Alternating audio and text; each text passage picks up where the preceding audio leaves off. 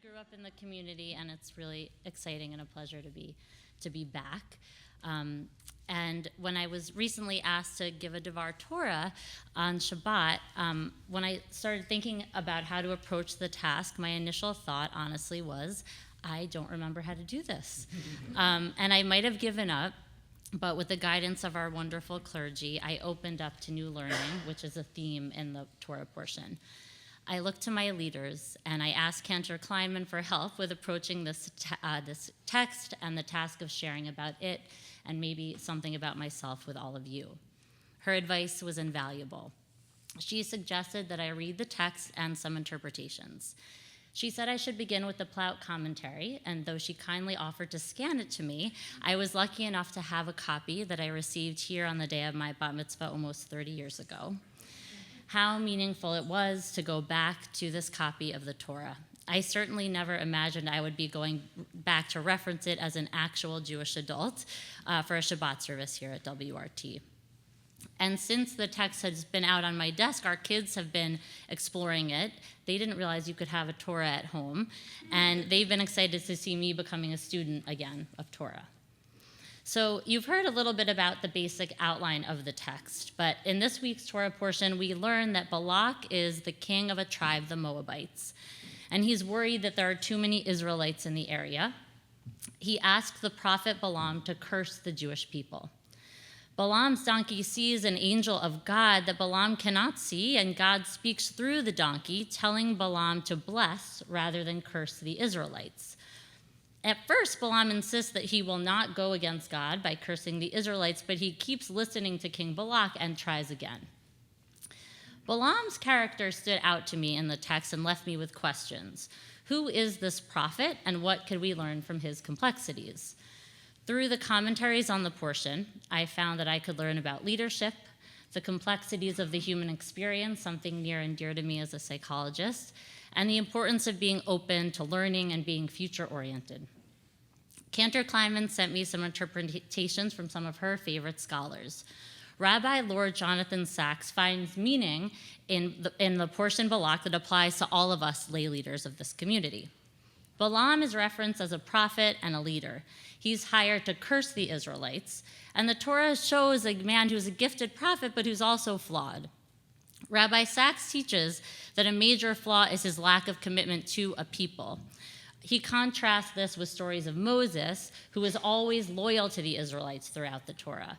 Moses always worked for the Israelites and earn their trust. Balaam, on the other hand, did not, and even was willing to try to curse them and defy God when he initially said he wouldn't. The lesson Rabbi Sachs draws here is that we must be loyal to the people we lead. This is a lesson I will hold on to, and I think applies to so many of us new leaders in the community. I hope to come to the board of WRT not with my own views or positions, but as one who seeks to understand the points of view of as much of the community as I can. And I hope to lead with loyalty. In another meaningful interpretation of Balaam's character, I read from Rabbi Shai Held's commentaries. Rabbi Held writes that Balaam is a complex character like all of us. As a psychologist, I'm often working with people in times of stress or anxiety, often in times of self-doubt or doubt about the future. I rely on many sources and strategies to try to help patients accept themselves and see the complexities of situations that might seem black and white. Rabbi Held's commentary showed me that the Torah is another source on which I can rely even in my work. As a cognitive behavioral therapist, I think a lot about people's thought patterns and how they relate to overall mood. And when we have negative thoughts about ourselves or others, we sometimes call these cognitive distortions, which might magnify something negative and make us think there's no hope. Rabbi Held writes that people are flawed and limited, and that doesn't mean that people can't do good in the world.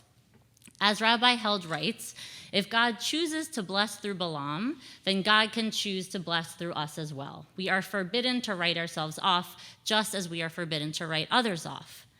The Torah inspires us to think in complex ways to avoid cognitive distortions that will lead to too much focus on the negative and leave no room for hope and for acceptance or improvement in the future. In a related insight into Balaam's character and the meaning of this week's portion, Rabbi Held writes that in Jewish spirituality, we live in a world of not yet. We're future-oriented. In the Torah portion, Balaam says a famous line, including the words ma tovu, to describe how good and beautiful Israel is already. While Rabbi Held points out that in this week's Haftorah portion, Micah, the phrase ma tov is also used, but to explain what Israel must do to become good. The rabbis want us to keep working towards something. This striving for better and focus on a path forward calls to mind psychologist Carol Dweck's growth mindset, which I use all the time when working with children and parents and adults. This is the idea that things that are problems aren't fixed. Everything is ever changing. I encourage kids to be okay with failure and challenge because of the possibility of improvement. And this is endlessly helpful for children, but also for adults as well. Thinking about Balaam's character in this week's portion made me reflect on important themes: that we can grow to become committed leaders, loyal and open to the ideas of the community, that we're all complex individuals, and that we can do good even with our flaws. And finally, that we must always be open to new possibilities and new learning, and even to becoming a student of the Torah again. Shabbat Shalom.